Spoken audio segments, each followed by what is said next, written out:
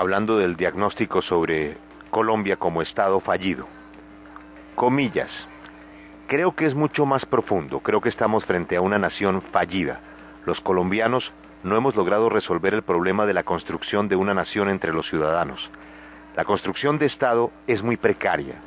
Y si no lo hacemos desde lo más hondo, como los principios básicos de una ética pública, siempre tendremos fragilidades en las elaboraciones constitucionales que desarrollemos y tendremos resquebrajamientos en las autoridades públicas que designemos.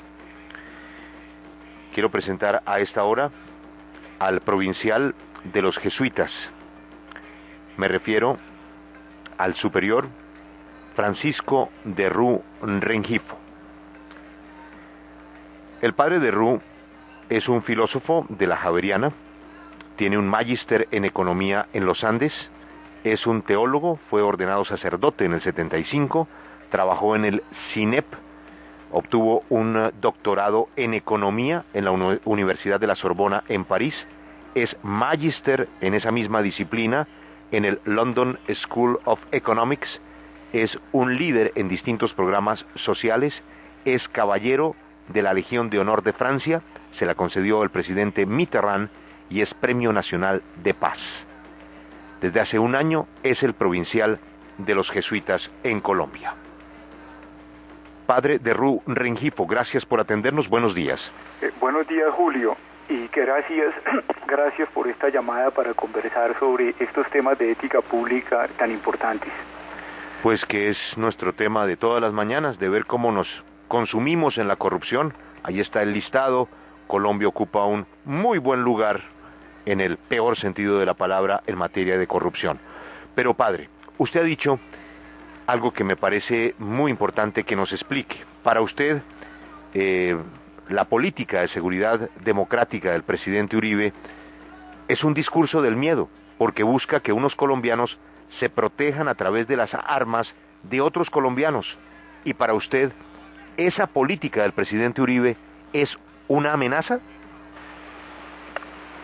Me gusta mucho la pregunta, entre otras porque vi el artículo que apareció por Google de Argenpress, comentando las palabras que yo dije en una reunión aquí en el distrito, y quiero ser muy claro. En primer lugar, quisiera con toda claridad decir, yo no he dicho que el presidente Uribe sea una amenaza, ni he dicho que la política de seguridad sea una amenaza, pero sí quiero decir unas cosas muy claras sobre la política de seguridad y sobre la legitimidad del Estado colombiano.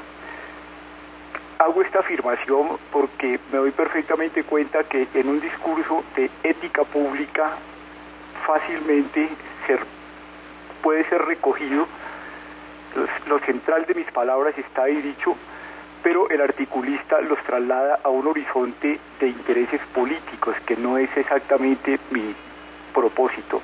Yo nunca he dicho que el presidente Uribe sea una amenaza, pero repito, sí quiero que, Julio, nos adentremos con cuidado en las cosas que usted me está preguntando.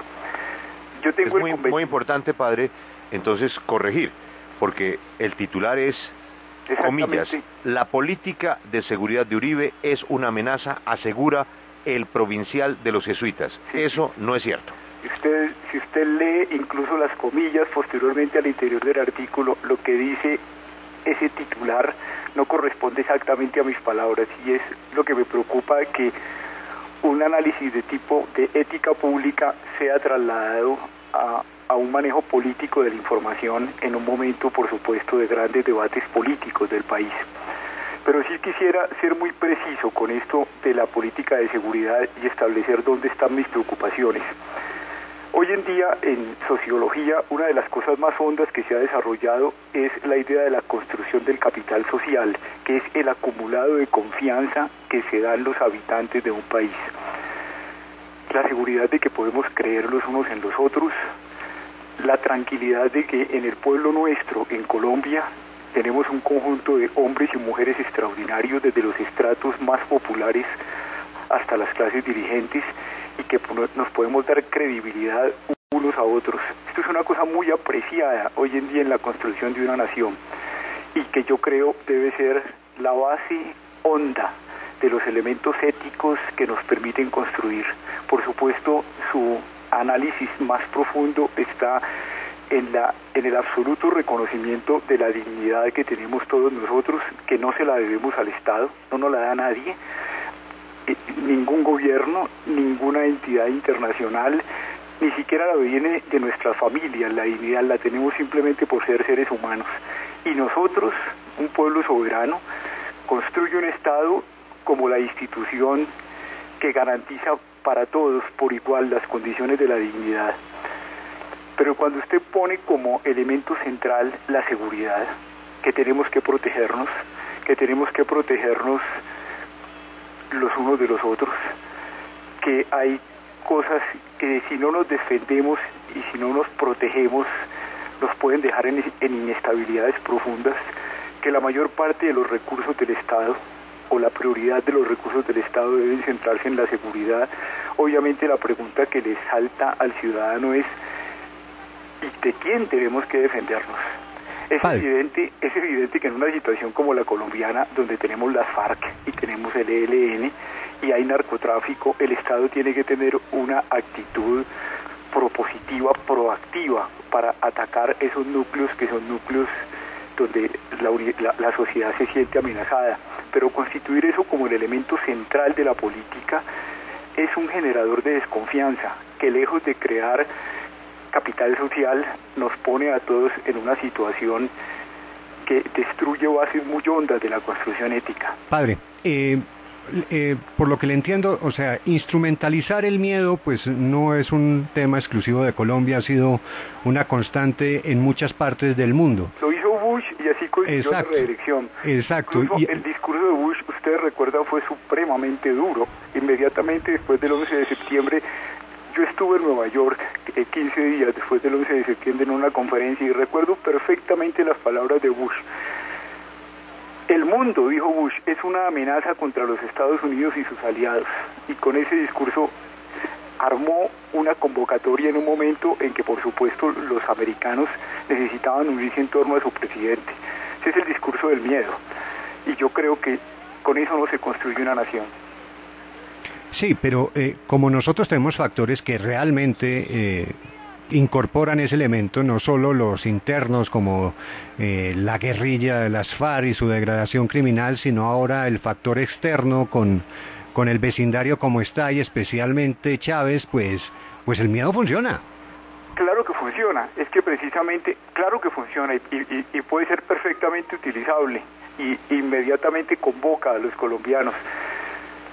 ¿Usted se acuerda de las palabras de Cicerón? Metus non iuturnum magister officii, el miedo, que no es un maestro serio de los deberes.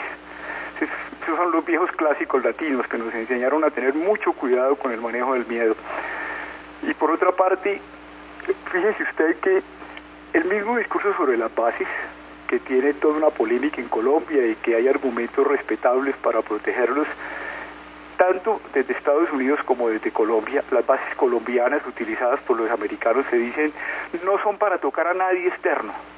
Es porque en Colombia se necesitan las bases porque hay muchos peligros dentro de Colombia. A mí me parece que es un discurso desproporcionado. Claro que tenemos la FARC y tenemos el ELN y repito, el Estado colombiano tiene que ser proactivo en una situación en que está siendo atacado. Pero eso en el total de esta población de 44 millones de colombianos no se corresponde con lo que es la actitud básica de construcción de confianza colectiva que tenemos que darnos entre nosotros. Lo otro, padre, es el tema de la corrupción. Hoy las fotografías que traen los medios de comunicación en sus portadas o en su reporte es la fotografía de los ministros y exministros de Agricultura sonrientes saliendo del debate de supuesto control político sobre agroingreso seguro. Y ese tema de la corrupción como que nos acostumbramos a vivir con ella y por eso se entiende la felicidad de los señalados. De nuevo, yo no quiero hacer ningún juicio sobre personas, pero yo sí siento muy profundamente las dimensiones de la corrupción que hay en Colombia. Mire, el problema ético en Colombia nos toma a todos. Estoy absolutamente convencido de que aquí todos somos responsables de lo que ha pasado en este país, por lo que hemos hecho y por lo que hemos dejado de hacer. Personalmente tengo muchas dificultades con Agroingreso Seguro porque dirigiendo el programa de desarrollo y paz del Magdalena Medio, yo conocí lo que son capaces de hacer los campesinos de este país. Yo los vi sembrar 6.500 hectáreas de palma africana en finquitas de 10 hectáreas cada uno, con una productividad igual o mayor y a veces mucho mayor de las grandes plantaciones de enormes capitales. Yo los vi construir una red de producción de cacao que triplicó la productividad del cacao que había en Santander. Yo los vi acelerar la producción de lácteos, del caucho. Yo los vi producir frutas tropicales y creo que en este país no se confía en el campesinado. Y Agroingreso Seguro obviamente que no estuvo centrado en eso. Nosotros en el Magdalena Medio solamente tuvimos un proyecto que logramos colocar en Agroingreso Seguro, a pesar de que presentamos muchísimas cosas. Y ese proyecto que conseguimos, que es el distrito de riego del corregimiento de la Arcadia en el municipio de Morales, tuvimos que invertir 400 millones de pesos para poderlos colocar en Agroingreso Seguro, cosa que no podía hacer obviamente ningún pequeño campesino. En todo ese juego, yo diría, no solo, es decir, hay un problema de corrupción allí, por supuesto. Desafortunadamente no creo que sea el de Agroingreso Seguro una corrupción mayor de la que en promedio hay en el conjunto de la administración pública colombiana. Me preocupa más el modelo económico que está debajo, que en lugar de centrar al campesino en el campo, apoyarlo, acompañarlo, por supuesto, darle crédito, darle transferencias tecnológicas, está montado sobre la idea de que los pequeños campesinos no son capaces y que es el gran empresario. Claro que necesitamos grandes empresarios, este no es un discurso contra los grandes empresarios del campo tampoco, pero la política del Estado debe estar centrada en nuestro campesino. Es muy discreto el padre cuando habla de este tema del Magdalena Medio y quiero recordarle a nuestra audiencia que a quien escuchan ustedes pues tuvo el liderazgo y el papel más importante en una gestión de reconciliación y promoción social cuando fue director del programa de desarrollo y paz del Magdalena Medio, uno de los lugares más conflictivos de nuestro Centro Oriente, y por eso su voz en el tema de lo que hicieron esos campesinos en su plan de reinserción precisamente con nuestra tierra. Padre, ha sido usted muy amable por comentar pues nuestra triste realidad. Julio, gracias a ustedes y ojalá sigan luchando para que en este país construyamos Colombia como un país donde haya dignidad para todos. Gracias. Es el provincial de los jesuitas en W.